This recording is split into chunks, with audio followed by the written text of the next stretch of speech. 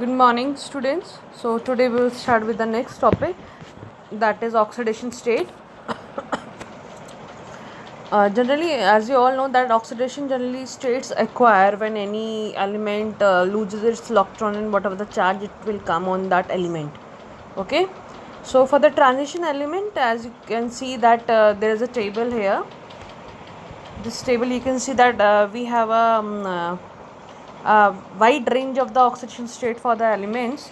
As you can see, for scandium it is +3, but except all this, +2 will be showing by all the elements of the first D series, that is 3D, then +3, +4, +5, +6 and +7.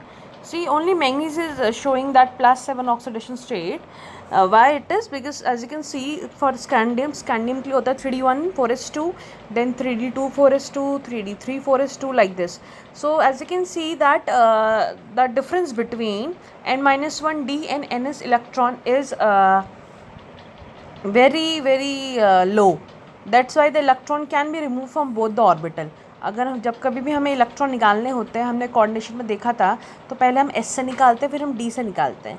Okay, because उनके energy level में क्या होता है, difference बहुत कम होता है. यानी both the orbitals can lose the electron and both the orbital have the tendency to lose the electron and they can take part in the bonding also. Okay, so for the manganese, as you can see here, for manganese it is 3d5 4s2, 3d5 4s2. That means it has the maximum tendency. See why?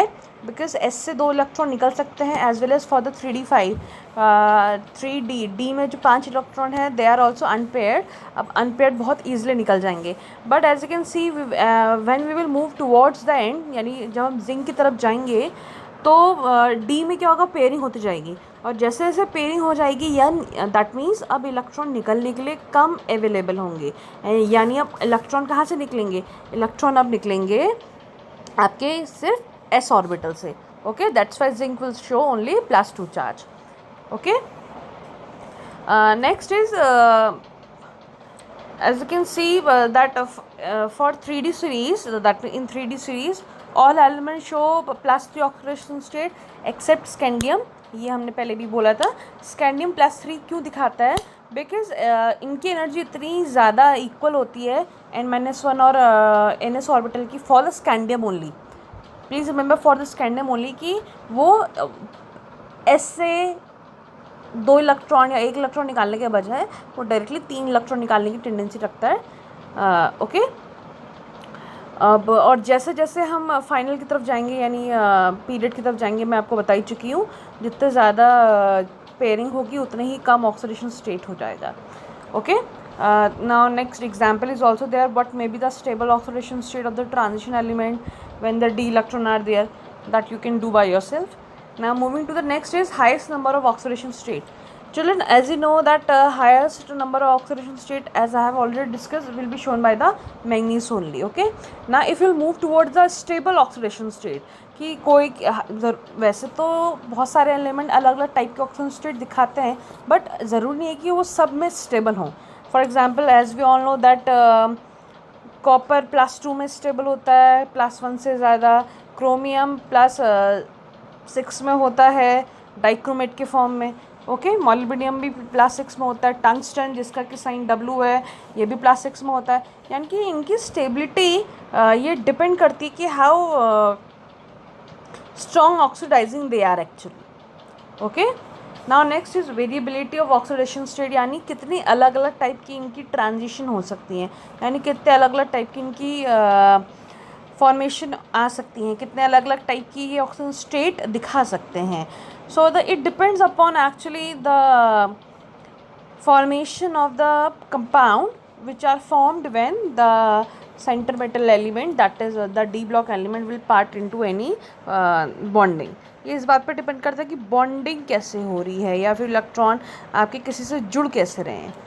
ठीक है, now moving to the next. Now the next is the trends of M2 plus and M standard electron potential.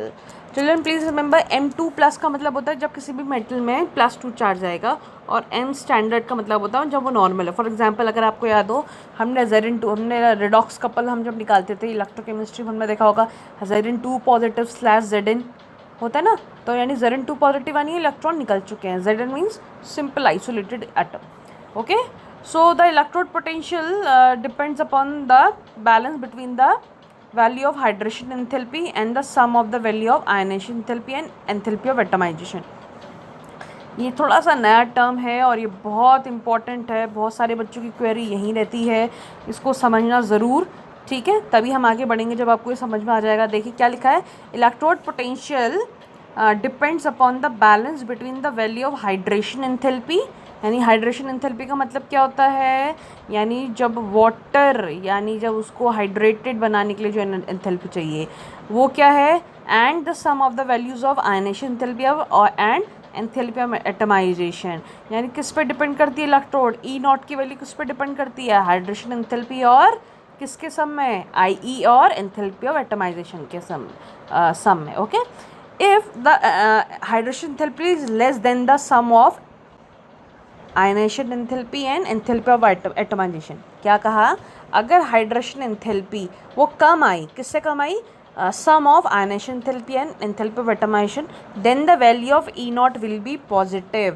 Please remember, अगर hydration enthalpy कभी भी किसी की कम होती है तो उसका E नॉट का वैल्यू क्या आता है, पॉजिटिव आता है. और अगर हाइड्रेशन एंथैल्पी की किसी की वैल्यू ज़्यादा होगी तो उसका E नॉट का वैल्यू क्या आएगा, नेगेटिव आएगा. नेगेटिव, ध्यान रखना, जिसका जितना ज़्यादा हाइड्रेशन एंथैल्पी उतना ज़्यादा ई नॉट, और जिसका जितना कम एंथैल्पी, हाइड्रेशन एंथैल्पी जितना कम, उसका उतना positive E not. Please remember.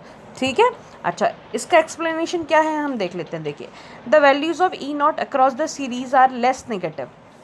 जो ई नॉट की जो वैल्यूज़ होती हैं अक्रॉस द सीरीज़ क्या होती है, लेस नेगेटिव होते जाती हैं. लेस नेगेटिव मतलब मोर पॉजिटिव है ना. लेस नेगेटिव का क्या है, मोर पॉजिटिव, क्योंकि जैसे जैसे हम ग्रुप में आगे बढ़ते हैं वाटर के जुड़ने की टेंडेंसी बढ़ जाती है. आपको पता है कॉपर के साथ कितने वाटर मॉलिक्यूल जुड़ सकते हैं, 5, CuSO4.5H2O. Okay, that's why. Next is E not for Ni is more negative. More negative मतलब अगेन मोर, अच्छा, मोर नेगेटिव का मतलब है नेगेटिव की तरफ, क्योंकि निकल अपने साथ कभी भी वाटर मॉलिक्यूल नहीं जोड़ता है, क्योंकि वैकेंट स्पेस पॉसिबल नहीं है वहाँ. ठीक, and copper is only the metal having positive value. सिर्फ कॉपर होता है अक्रॉस द सीरीज. अब देखिए निकल की नेगेटिव क्यों है, क्योंकि हाई यानी इसकी हाइड्रेशन एंथैल्पी क्या रही होगी, नेगेटिव रही होगी. और कॉपर की पॉजिटिव क्यों आई, क्योंकि इसकी नेगेटिव रही होगी. ठीक, so this is the reason, that's why they will show this type of values. Please remember, दोबारा रिपीट कर देते अगर आप भूल गए हैं, कि अगर किसी की हाइड्रेशन एंथैल्पी कम आई, लेस हुई, किससे, sum of ionisation enthalpy of and enthalpy of atomisation, तो उसका ई नॉट क्या होगा, पॉजिटिव. और इसका वाइस वर्सा उल्टा होगा तो क्या होगा, E naught negative. Okay, now moving to the next. Next is the table it is given. Children, if it is blur in the video, then please check in the NCERT. In NCERT, the table is also given in the page number. The table is 8.4, page number 218. The page number may differ for some of you. Please go and check the table 8.4. That is the thermochemical data. Okay. अब इस thermochemical data में यही सारी values दी होंगी. देखना आप, निकल के लिए दिया है, निकल के देखिए कितना है, -0.25. जिंक के लिए देखिए कितना है, -0.76. ठीक, अच्छा, अब जो सेंटर में होते हैं एलिमेंट, यानी जो एग्जैक्टली हाफ फिल्ड और जो फुली फिल्ड होते हैं, वो बहुत ही ज़्यादा स्टेबल होते हैं. स्टेबल होने की वजह से क्या होगा उनका, स्टेबल होने की वजह से वो अपने अंदर से इलेक्ट्रॉन नहीं निकालने देंगे. दैट मीन्स उनके enthalpy of atomisation, hydration enthalpy क्या होगी, कम हो जाएगी. Okay, same. Next example 2, the example 2 that is the E naught M2 positive, M value of copper is positive. Copper के लिए पॉजिटिव वैल्यू अगर है +0.34, then what is the possible reason for this. देखिए, अगर किसी की वैल्यू पॉजिटिव आती है यानी उसका हाइड्रेशन एंथैल्पी का सम क्या है, कम है. ओके, उसका हाइड्रेशन एंथैल्पी का सम क्या है, कम है. किससे, enthalpy of atomisation and enthalpy of ionization enthalpy. Okay, now next is the trends in the N3 positive and M2 positive standard electrode potential. Trends का मतलब ये होता है कि वो किस तरीके से डिफ़र करते हैं, मतलब उनकी सीरीज़ क्या होती है. फॉर एग्जांपल हमने पता है कि स्कैंडियम जो होगा +3 में एग्जिस्ट करता है. अब वो +3 से किस में जाएगा, +2 में, यानी पर वो अपनी क्या होगा, स्टेबिलिटी क्या करेगा, लूज़ कर देगा. सेम एज इट इज़ अगर हम जिंक की बात करें, अगर हम हाईएस्ट वैल्यू अगर हम जिंक के लिए देखें तो जिंक अगर 3 पॉजिटिव से 2 पॉजिटिव में कब जाएगा, जब वो एक्स्ट्रा इलेक्ट्रॉन क्या कर दे, डोनेट कर दे, पर वो स्टेबल किस में होगा, +2 में होगा, यानी वो किस ऑर्बिटल में किस फॉर्म में वो एग्जिस्ट करते हैं इस बात पे डिपेंड करता है उनकी क्या stability. Okay, so next is the chemical reactivity and E0 values. Children, chemical reactivity and E0 values ये जो हैं ये यही बताती हैं कि see the same thing, the E0 values for Mn, Ni and Zn are more negative than the expected one. ये आप चाहें तो ये शेल के टर्म में भी दिखा सकते हैं कि डी ऑर्बिटल्स का स्टेबल है या नहीं, या तो आप हाइड्रेशन एंथैल्पी के टर्म में भी दिखा सकते हैं। Okay, let me read this. The E0 values for Mn, Ni and Zn are more negative than the expected from the general trend। ऐसा क्यों होता है आप देखिए। It is due to the stabilities of the half filled। खुद ही देखिए, Mn क्या होता है, हाफ फिल्ड, जिंक क्या होता है, फुली फिल्ड। ठीक, that means it explain the tendency to form the stable divalent ion. अभी क्या बनाता है, स्टेबल डाइवेलेंट। पर निकल का भी नाम यहाँ पे है, क्यों, क्योंकि Ni भी 2 पॉजिटिव में एग्जिस्ट करता है।